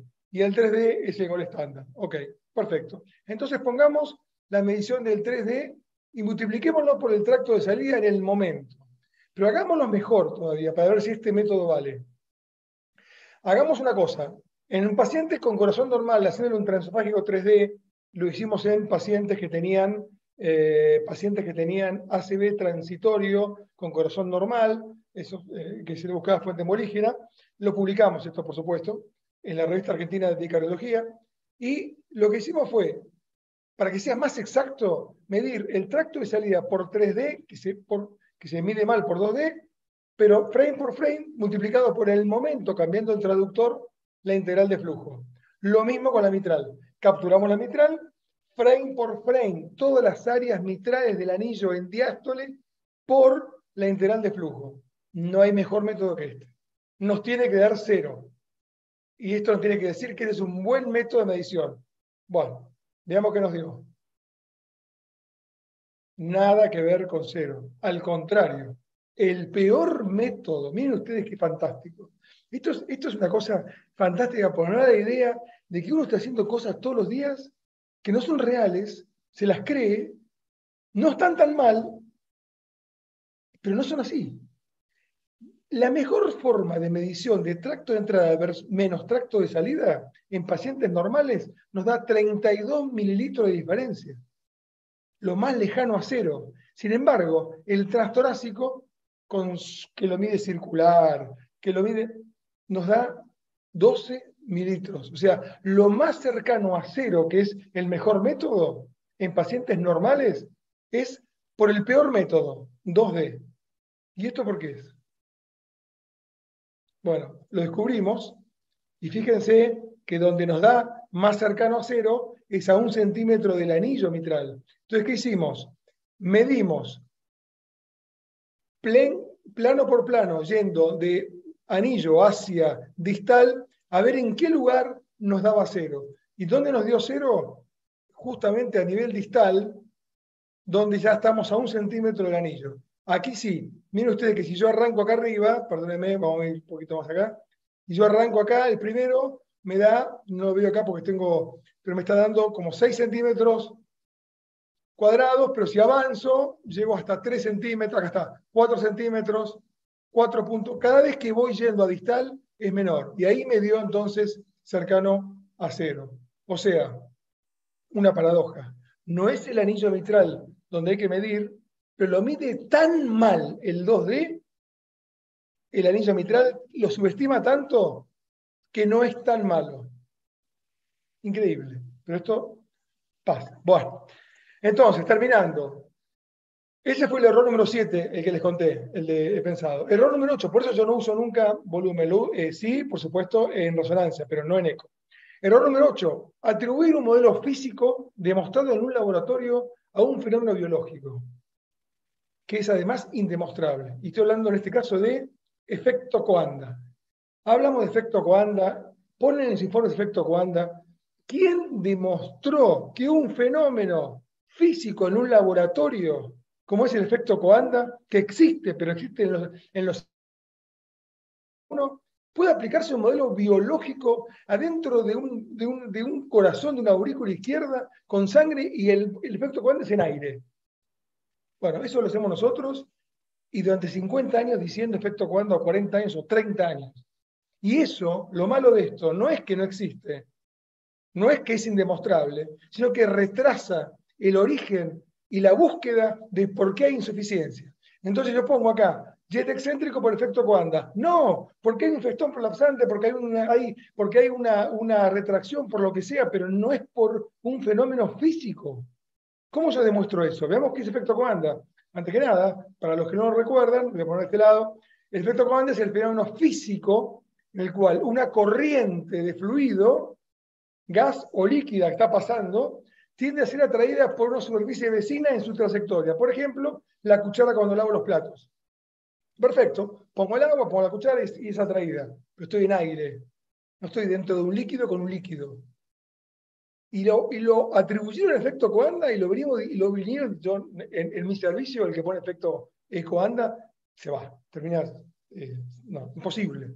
No hay manera que nadie ponga eso. Bueno, ¿sirve el efecto Coanda? Sí, en aviación, en Fórmula 1, pero no acá. Entonces acá, por ejemplo, en vez de poner efecto Coanda, es debido a prolapso por ruptura de cuerda con bla, bla, bla, bla. Y esto lo que hace es acercarnos más al cirujano y no decirle que es un fenómeno físico. Bueno, ese es el error número 8. Esto es importante que quede como demostración de lo que estamos hablando, que quede como final. Jet excéntrico, subestimo siempre la cuantificación y siempre es orgánico. No hay jet excéntricos en válvulas funcionales. Ahora, el jet central puede ser funcional, puede ser orgánico, pero siempre sobreestimo la cuantificación. Entonces, y el error número 9 es, si no tengo hiperflujo, entonces no es insuficiencia mitral. No, no es así, lo demostramos. En la guía dice velocidad mayor de 1.2 para ser severa. Ok, si está, perfecto, pero si no está, puede ser severa igual. Y esto lo demostramos nosotros diciendo que en los anillos mitrales, en el tracto de entrada, como me gusta decir a mí, en la transición, en el tracto de entrada, cuando es grande por dilatación, obviamente la velocidad de la onda E va a ser menor. Entonces, ¿no debe tener hiperflujo? No, debe tener velocidad alta. Entonces, si la insuficiencia mitral parece severa y me da una onda E alta, buenísimo. Pero si no, ojo, no es que no es severa. Bien, y por último, lo más importante de todo, que recién estábamos hablando y hay una pregunta que tiene que ver con esto, que dice, bueno, doctor, usted habló un montón, 10 errores mencionó. ¿Y ahora qué hacemos? Porque denos la solución. Bueno, la solución es, primero, se van a equivocar menos si conocen los puntos débiles de cada método. Va a haber menos divergencia entre los operadores de vuestro servicio si ustedes conocen los puntos débiles de cada método. Van a entender mejor todos si conocen los puntos débiles de cada método. Entiendo que no hay un método único, quizás el PISA es el mejorcito de todos, de lo que puedo tomar, y si lo tomo en 3 periodos de la sístole, no en uno solo, si es que dudo de lo que estoy midiendo, pero voy a mirar el remodelamiento del ventrículo izquierdo. Porque como dijo Cortázar, las cosas verdaderamente difíciles son las que la gente cree poder hacer en cada momento, y en realidad lo más importante es medir bien y ver bien el remodelamiento del ventrículo. Entonces, no existe una aurícula izquierda normal con insuficiencia mitral severa. No existe. ¿Puede existir un ventrículo chico con insuficiencia severa? Bueno, más cerca de lo agudo. En realidad tiene que haber un remodelamiento geométrico acorde a la sobrecarga de volumen del ventrículo izquierdo. Entonces, en el final de todo, el error más importante sería creer en un solo cálculo y no en la evaluación global. Una pregunta que me hicieron ahí decía si la parte subjetiva tengo que dejarla de lado entonces y medir. No la puedes dejar de lado nunca, porque si hablamos de filosofía ecocardiográfica o filosofía en técnica de imagen cardíaca, es imposible no tener intuición, es imposible no prejuzgar lo que estás viendo. Ahora, ¿qué importancia le das a lo que estás prejuzgando? Es si coincide lo que vos pensás con lo que vos estás viendo. Tengo una fracción de eyección, miro un ventrículo y ya estoy diciendo fracción de eyección 44%, 45%. Bueno, no lo hago a propósito, ya lo estoy viendo. Hago el ROI y me da 20. No, lo hago de vuelta. 44. Ah, sí, ok, coincidió. Entonces termino haciendo y es imposible no hacerlo. Eso tiene que ver también con la intuición, que la intuición es parte de la inteligencia, que parte es adquirida y parte es congénita, genética, de nacimiento. Bien, entonces, una cosa que es importante hacer y que yo es el examen, el informe integrado, en el cual yo pongo los puntos fuertes de cada método. Si yo tengo un paciente complicado y tengo que mandar al médico de cabecera, para facturar hagamos 5 estudios, ningún problema, pero al médico le mando uno con los puntos débiles y con los puntos fuertes de cada método. Entonces de esta manera pongo transesofágico 2D, 3D, pongo todo, la fotito, todo, como este caso puntual, que es una enfermedad de Barlow, muy típica, como están viendo ustedes ahí, ponemos todo, integramos todos los puntos fuertes. ¿Para qué voy a medir fracción de eyección por 2D si la medí bien por 3D? ¿Para qué voy a medir el gradiente mitral por resonancia si lo medí bien por Doppler y ese gol estándar? Bueno, hago un solo informe. Por supuesto que esto para pacientes complicados, para pacientes que van a cirugía. Bueno, obviamente, miren ustedes los 3 flujos de convergencia de este paciente. 1, 2, 3. Un Martín, Barlow. ahí no estoy viendo la imagen. No sé si veo un play, informe Ay, qué integrado, lástima. ETT12 y 3D. Bueno, Sí, qué lástima, no porque es un PDF. Qué lástima. ajá. Bueno, prácticamente ya estamos terminando de mostrarles. Lo que les mostraba es un informe en el cual pongo los puntos débiles de los puntos fuertes, perdón, de cada método y no pongo todo. Entonces hago un solo informe. Pongo lo mejor de la RESO, lo mejor del ECO 3D, lo mejor del ECO 2D, lo mejor de todo, pero en un solo informe y va al médico. Por supuesto que esto es para casos difíciles, para casos complicados, para casos quirúrgicos, no es para todos. Pero lo que estoy haciendo es entendiendo los puntos débiles de cada método. Toda esta clase que puede ser que los confundió, Emilio los orientó, yo los confundí, bueno, tiene que ver con entender los puntos débiles de cada método para así, la próxima vez, cuando el ORE no le cierra, y debe ser, ¿por qué? Porque hay más de un orificio, porque no es circular, porque no es una hemisfera. Entonces, ¿me sirve? Sí, me sirve. Pero no tengo que confiar plenamente en un cálculo que estoy mirando. Bien. Federico, ¿estás ahí? Sí, estoy acá. Martín, te agradezco por haberte quedado, haber completado tu charla. Creo que fueron complementarias y excelentes las dos. Le voy a pedir a nuestro auditorio que nos dé 10 minutos más y nos vamos todos a hacer nuestros respectivos quehaceres familiares. Vamos a cerrar la charla con un par de preguntas del auditorio y con una conclusión de ahí. Son 10 minutos más. Bien, yo tengo una pregunta por acá que es para el doctor Emilio, o también la puede responder el doctor Martín Lombardero. ¿Cómo maneja el prolapso de válvula mitral en pacientes deportistas, teniendo en cuenta la experiencia en KINET, que generalmente vemos muchos pacientes, ya sea para actividad física de alto rendimiento o para realizar cualquier tipo de deporte? En pacientes con valvulopatía mitral, ya sea moderada o leve, ¿cómo la manejarías? O sea, ¿le pedís algún estudio complementario aparte del eco? ¿O cuál sería el manejo adecuado para este tipo de pacientes? Sí, bueno, creo que Martín también puede opinar al respecto. Martín tiene una amplia experiencia en evaluación de pacientes deportistas. ha hecho muchos trabajos. A ver, voy a tratar de responder tu pregunta, Lady. Sin lugar a dudas, en pacientes con valvulopatía mitral prolapsante no significativa, dependiendo también qué tipo de actividad física o qué deporte es el que estén desarrollando, ¿no es cierto? Una prueba de esfuerzo nos va a permitir orientarnos hacia el desarrollo, ¿no?, de arritmias ventriculares y ver cómo responde esa valvulopatía mitral en el esfuerzo. Ver las presiones pulmonares. Si bien esto que te estoy diciendo está siendo hoy en día cuestionado por las guías de valvulopatías, el uso del ecoestrés, justamente en medición de este tipo de cosas, creo que nos aportaría una prueba de esfuerzo. Y en este sentido, para nosotros que hacemos ultrasonido en ecoestrés, valorar estos aspectos valvulares. No sé, Martín, si vos te parece agregar algo más al respecto. Digamos, no creo inicialmente en un paciente, por eso te vuelvo a repetir, depende de qué tipo de competencia o actividad haga.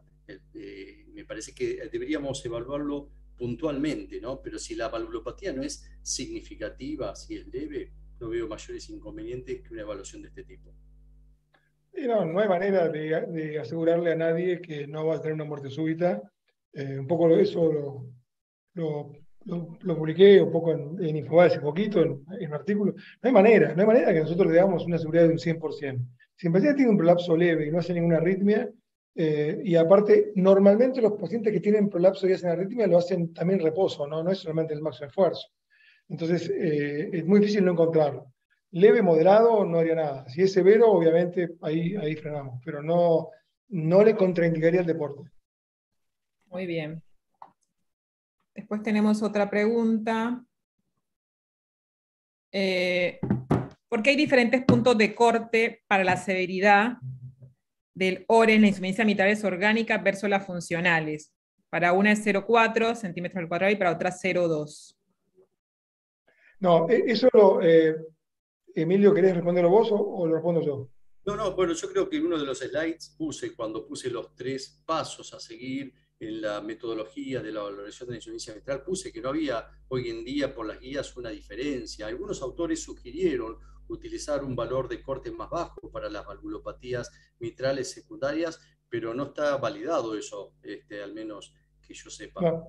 Todo eso nace de un trabajo que escribió, ¿cómo se llama, Emilio?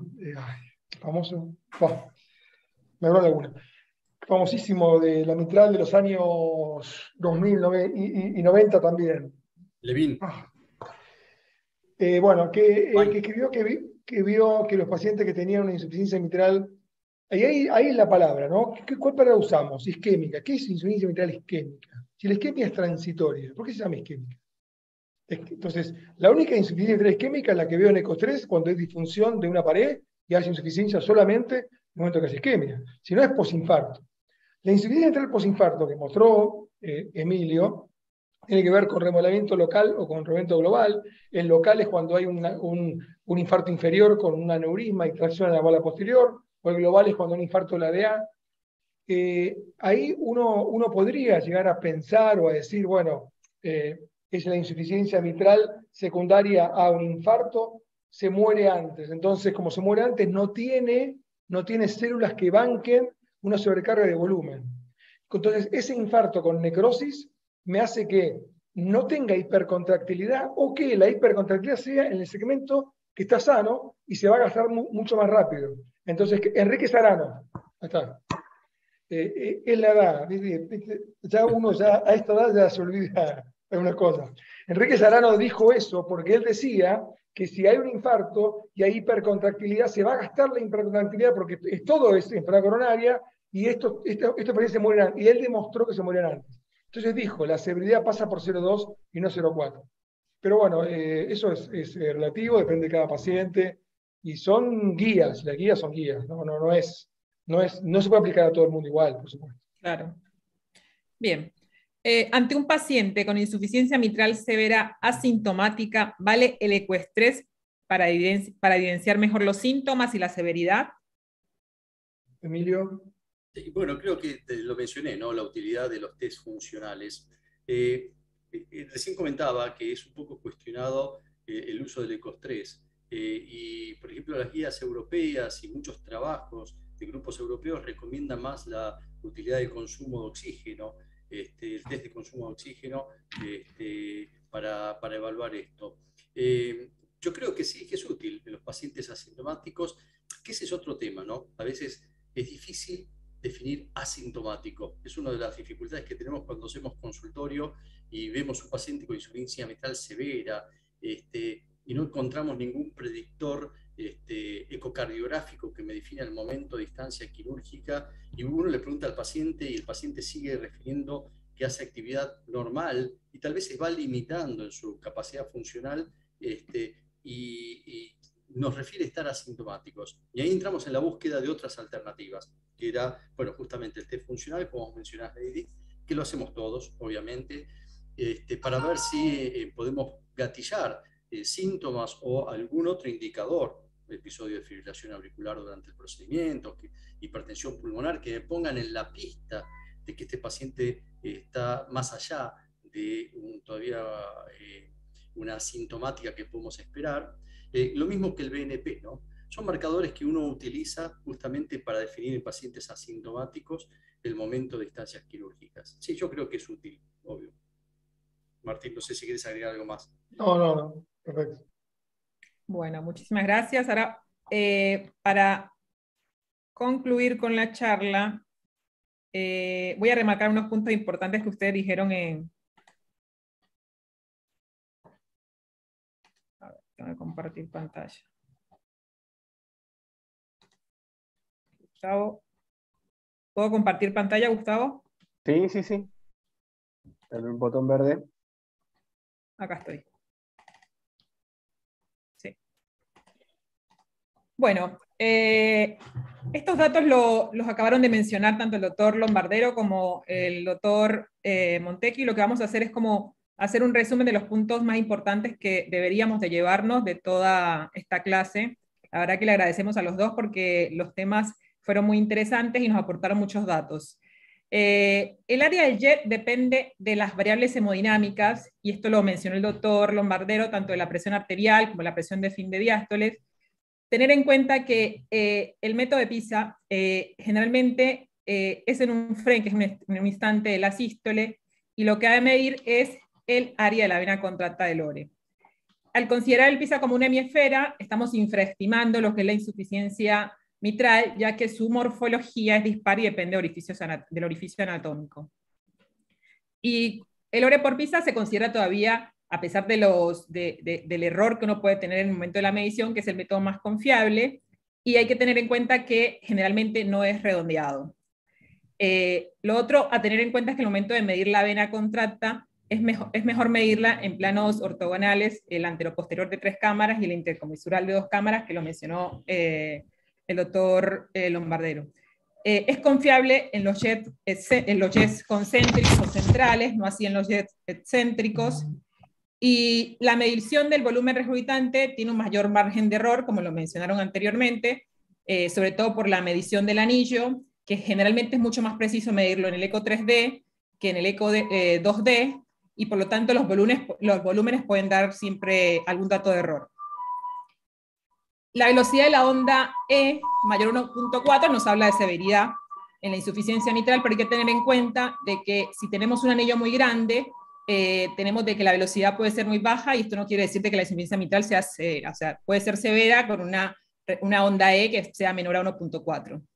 Y bueno, en el momento de evaluar la insuficiencia mitral severa hay que tener en cuenta de que hay que buscar que haya dilatación de la aurícula, que el ventrículo también esté dilatado, entonces hay que mirar todo. Si está dilatada la aurícula, si hay hipertrofia del VI excéntrica, pensar de que estamos ante un paciente con insuficiencia mitral severa, en conjunto con todos los parámetros que hacemos las mediciones. Es decir, el diagnóstico de insuficiencia mitral severa no debe ser solo con un solo cálculo, sino que deberíamos de hacer una evaluación global.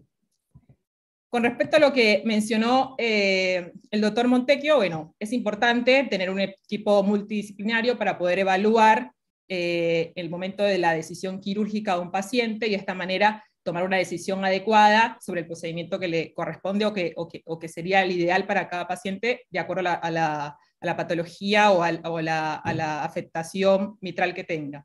Hay que definir bien y caracterizar bien la morfología de la válvula mitral, ya sea por eco 2D o por eco 3D transesofágico, y de esta manera podemos orientar al cirujano y al hemodinamista para tomar una conducta adecuada.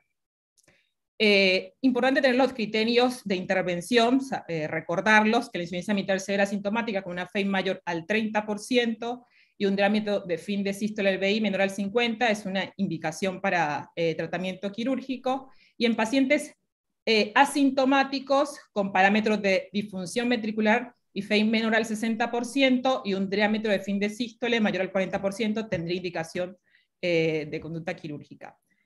Y 3 conceptos a tener en cuenta, que la insuficiencia mitral funcional es heterogénea, como lo explicó Emilio, y teniendo en cuenta los 2 estudios, el Mitral FR y el COAP, el cual uno fue neutral, los conceptos, y el otro fue positivo.